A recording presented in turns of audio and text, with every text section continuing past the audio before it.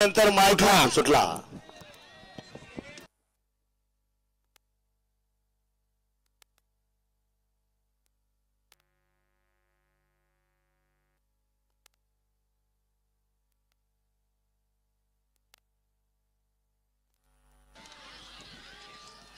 लढत लढत अतिशय सुंदर।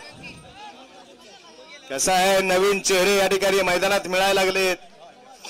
सेमी फायनल 5-6चा निकाल।